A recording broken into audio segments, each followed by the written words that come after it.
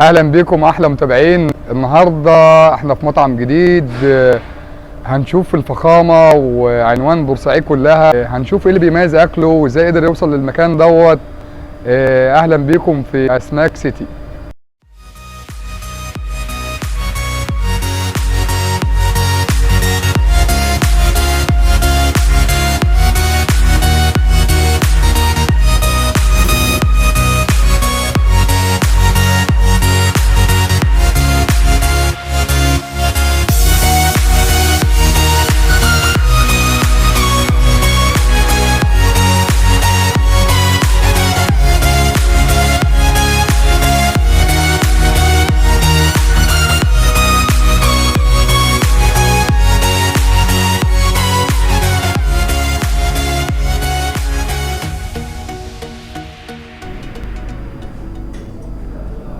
جينا بقى للجد.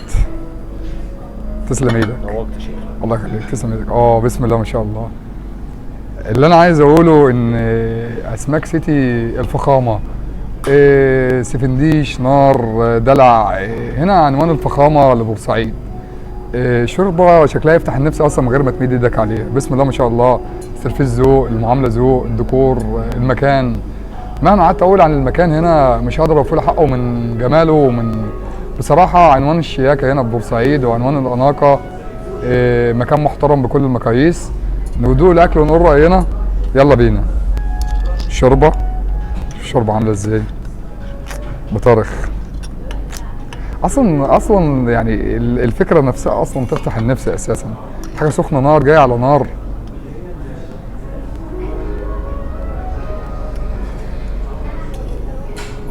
هو ده اللي انا عارفه ومتاكد منه، ان الشوربه هنا طعمها ممتاز جدا. هي اصلا شكلها اصلا جواب باين من عنوانه، اصلا اسماك سيتي حته تانية. تسلم ايدي الشيف. بصراحه شابوه للشيف العمومي الشيف علي. تسلم ايديك. يا نهار ابيض، مركب. ايه الحلاوه دي؟ تسلم ايديك. ايه الفخامه دي يا جماعه؟ برضه تاني بنقول اسماك سيتي عنوان الفخامه. اكل هنا البورسعيدي الاصلي، الطعم الجميل محطوط جوه فخامه. عنوان الموضوع الفخامه. مركب، احساس جميل قوي. مركب نازله بدخان. موضوع جميل قوي، الموضوع محترم يعني بصراحه. تسلم ايديكم. جينا بقى للجد. ده فاهيتا. السي كله في معمول مع بعضه. سبيط، جمبري، بيض سيبيا. انا عصرت على بيض سيبيا جوه الموضوع. فاهيتا بقى بالخضار زي ما انتم شايفين كده. هدوء.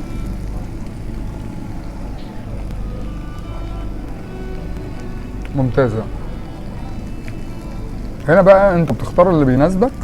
الجماعه قالوا لي هنا كده، يعني بتختار السبيط وتختار الجمبري، بتختار البيض السيبيا. انت بتكون مكوناتك والشيف ياخدها على الجريل فاهيتا بصوص مميز كده، طعمه عالي جدا. وطريقه التقديم طبعا اسماك سيتي رقم 1 في التقديم. خش على الصنف اللي بعده.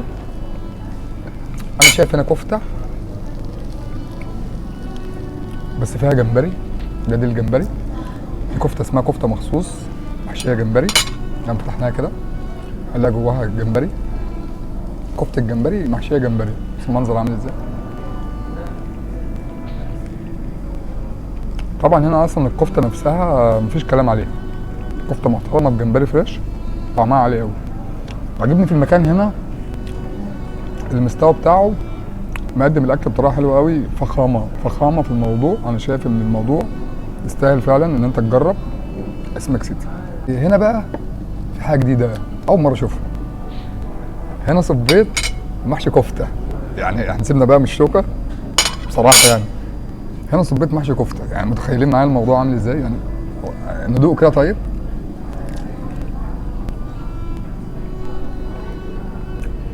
مفيش كلام. الصنف ده جامد قوي. طعمه بيضرب في النافوخ. انا اول مره اكله بصراحه وبشكر المطعم عليه. انا مبسوط قوي بالصنف ده. دي كفته جوه سيبيا، جواها جمبري. دوقوها. تسلم ايد الشيف. نشوف بقى ايه اللي موجود بقى في مركب السفود. متخيلين مركب مليانه سفود؟ ندور بقى نبحث جواها هنلاقي ايه كمان. هنا في جمبري كريسبي. يعني هو شكله اصلا شكله جميل زي ما شايفين كده. ندوقه بقى ونقول راينا. تمام كريسبي. سامعين القرمشه؟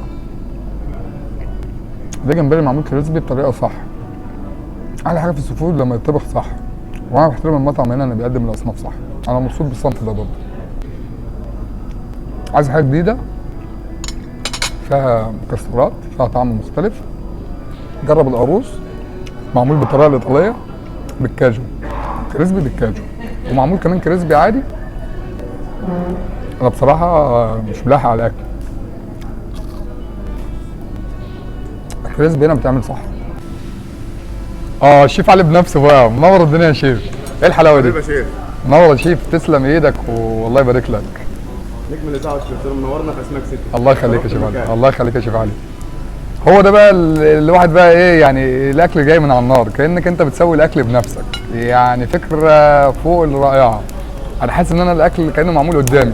ابدا منين ابدا منين بصراحه الموضوع عالي قوي.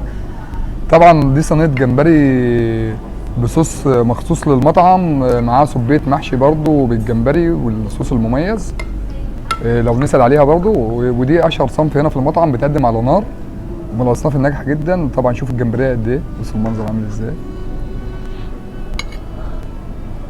صبيت محشي برضك او سيبيا محشيه نفس الصوص. طبعا هم بيقولوا لي جرب الصوص، دوق الصوص ايه رايك فيه؟ ندوق الصوص كده بالسباكيتي، ده بيتقدم مع السباكيتي برضو. طبعا عشان النار كانت والعه دلوقتي.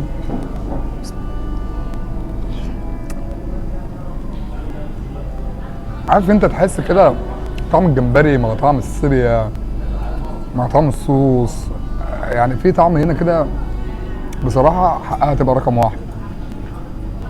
والجمبري يعني فكرته برضك يعني ايه، جمبري محشي جمبري، ودي فكره جميله جدا بالموتزاريلا بالصوص، شارب من الصوص. المنظر عامل ازاي.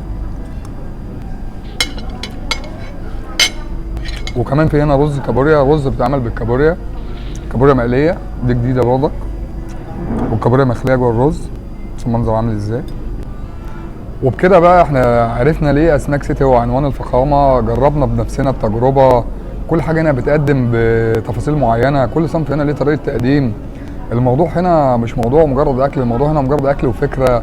الاكل بتقدم لك بحب، المكان ديكوره عالي جدا من كل اتجاه، ناس محترمه جدا في التعامل، اكلهم طعمه جميل جدا. ونقابلكم في حلقه جديده من برنامجنا من مطعم جديد من مكان جديد، ونشوف التجربه.